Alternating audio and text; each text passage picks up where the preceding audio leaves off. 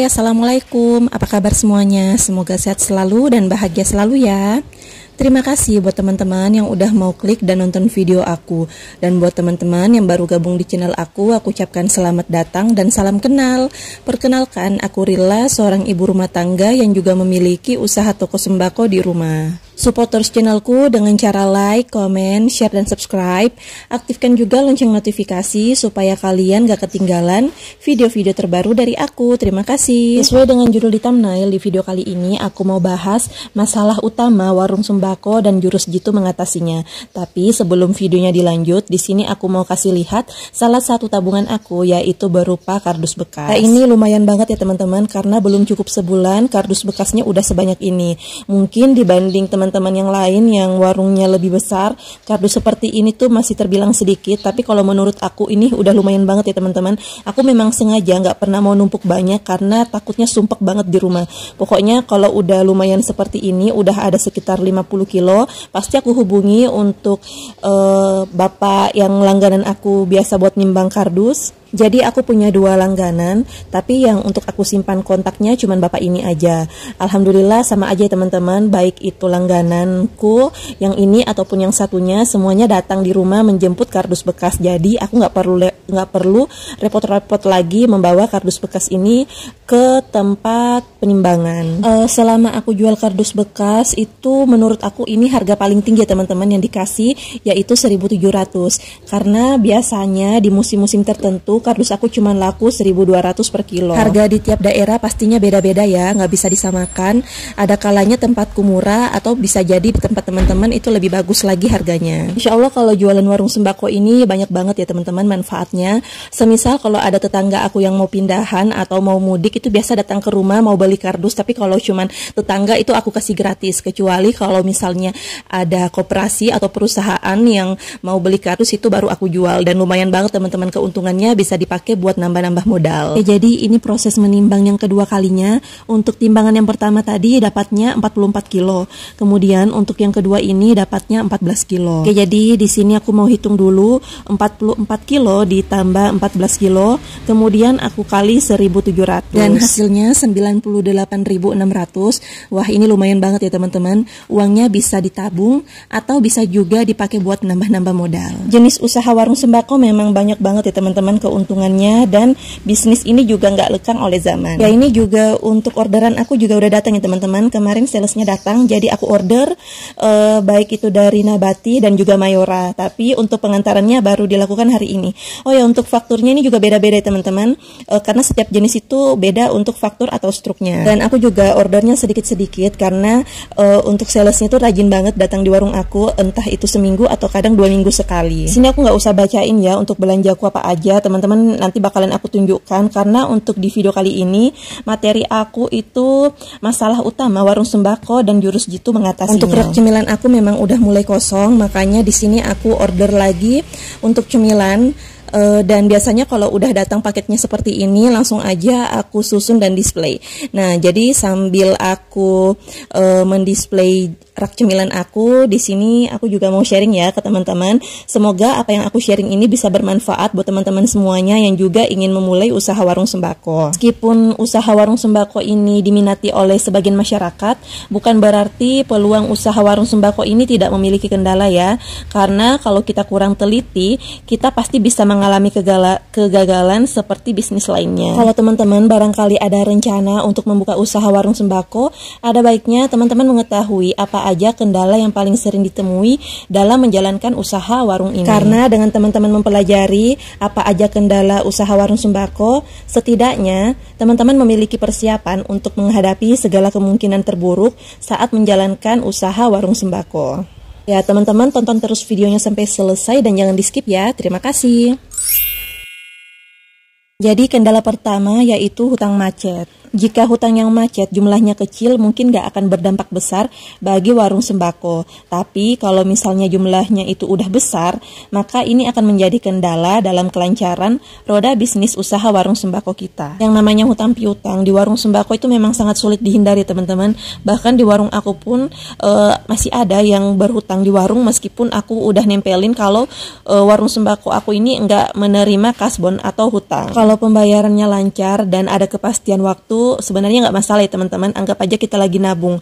Tapi kalau misalnya pembayarannya nggak lancar dan nggak ada kepastian waktu dan orangnya malah sengaja menghindari warung kita ketika memiliki hutang, nah itu yang menjadi masalah. Jadi buat teman-teman yang ada rencana ingin membuka usaha warung sembako atau usaha apapun itu, sebisa mungkin untuk hindari hutang. Karena dengan banyaknya hutang yang macet itu akan membuat warung sembako kalian akan mengalami kesulitan dalam melakukan pengadaan barang dagangan serta sulit untuk mengembangkan usaha warung sembako nantinya. Selanjutnya, kendala yang kedua yaitu barang tidak laku. Jadi buat teman-teman yang ingin membuka usaha warung sembako ketika berbelanja untuk kebutuhan warung, sebaiknya jangan langsung beli banyak ya. Teman-teman cukup beli sedikit-sedikit aja, yang penting barangnya lengkap. Lengkap di sini bukan berarti segala hal kalian harus jual ya.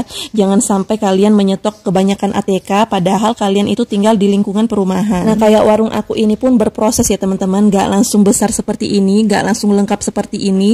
Yang pastinya aku mempelajari dulu dari berbagai YouTube dan juga lingkungan aku, kira-kira apa barang yang paling laris, apa yang paling laku, itu yang aku jual. Karena seringkali kita terjebak untuk melengkapi semua jenis barang agar kelihatan bahwa warung kita itu merupakan warung yang paling lengkap, tapi hal ini justru akan membuat warung kita memiliki resiko yang sangat tinggi ketika barang-barang tersebut tidak laku dalam waktu yang lama. Dan itu juga akan menimbulkan kerugian yang besar jika barang tersebut rusak atau tidak dapat dijual kembali. Kayak cemilan yang lagi aku display ini, meskipun aku belinya langsung dari distributor, tapi aku belinya dikit-dikit aja teman-teman.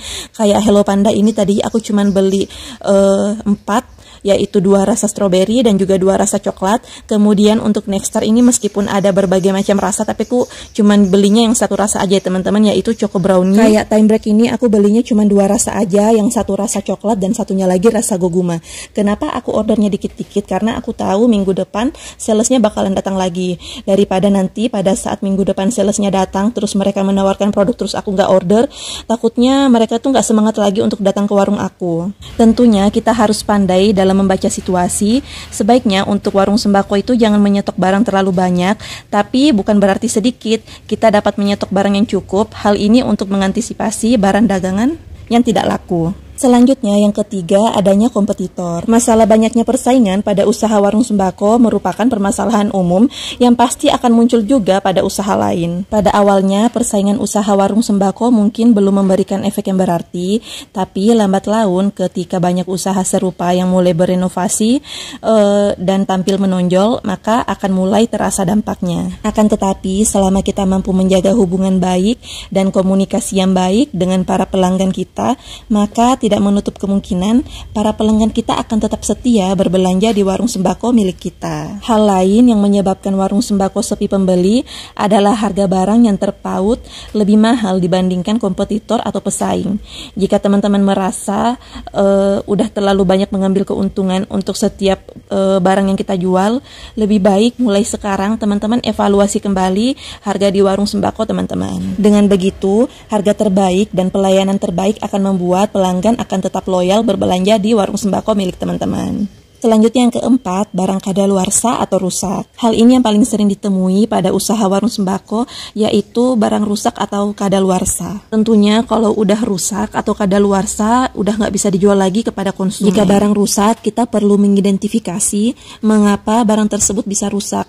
Apakah dari segi pengiriman dari supplier yang harus diperbaiki atau dari cara pengemasan yang bermasalah. Selain itu, kerusakan barang dagangan di warung sembako umumnya sering terjadi, yaitu pemicunya karena tikus atau semut. Jika kita udah mengetahui penyebab barang yang rusak, tentunya kita dapat memperbaiki di kemudian hari. Sementara untuk barang yang kadaluarsa, kita perlu memperhatikan setiap barang yang masuk.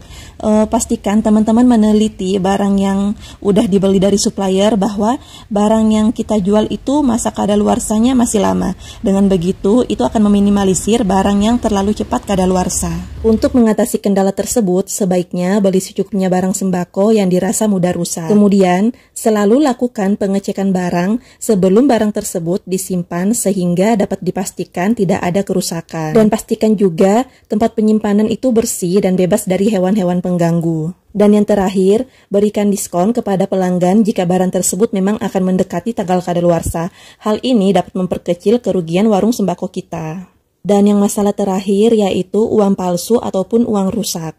Uang palsu sering menjadi momok menakutkan bagi pemilik warung sembako. Banyak dari pedagang warung sembako telah dirugikan akibat uang palsu. Dulu uang palsu itu biasanya pecahan nominal besar, tapi saat ini aku lihat di berita banyak juga uang palsu cetakan 20.000 maupun 10.000. So buat teman-teman lebih hati-hati ya kepada uang yang kalian terima. Karena terkadang orang yang berbelanja di warung kita pun nggak tahu kalau mereka berbelanja menggunakan uang palsu. Jadi sebaiknya teman-teman filter dulu uang yang kalian terima. Kalau aku biasanya untuk pecahan besar itu aku terawang aja ya teman-teman. Jadi buat teman-teman harus lebih hati-hati lagi. Meski sudah melakukan antisipasi, nggak jarang juga aku kecolongan dan menemukan uang palsu. Sebenarnya kasus uang palsu bisa dicegah dengan selalu teliti dan memasang alat pendeteksi uang untuk mengecek setiap barang yang kita terima. Dan yang lebih mirisnya lagi, ada segelintir orang yang sengaja membelanjakan uang rusak di warung sembako. Padahal keuntungan warung sembako itu sangat tipis ya. Seandainya Bank BI dekat dari perumahan aku, mungkin aku dengan sukarela akan pergi mengurus penukaran uang rusak ini di Bank BI atau Bank Indonesia. Tapi sayangnya untuk Bank Indonesia tuh jauh ya teman-teman dari domisili aku, dan kalian bisa lihat ini dia semua uang rusak yang diterima di warung aku. Jadi uang rusak ini sengaja aku tempel di etalase aku supaya menjadi contoh buat para pelanggan aku supaya ketika membelanjakan uangnya itu harus dicek lagi. Baiklah teman-teman, sampai sini dulu ya videonya. Semoga apa yang aku sharing ini bisa bermanfaat buat teman-teman semuanya. Mohon maaf kalau aku ada salah kata dan perbuatan di video ini. Sampai jumpa di video berikutnya. Wassalamualaikum warahmatullahi wabarakatuh. Dah.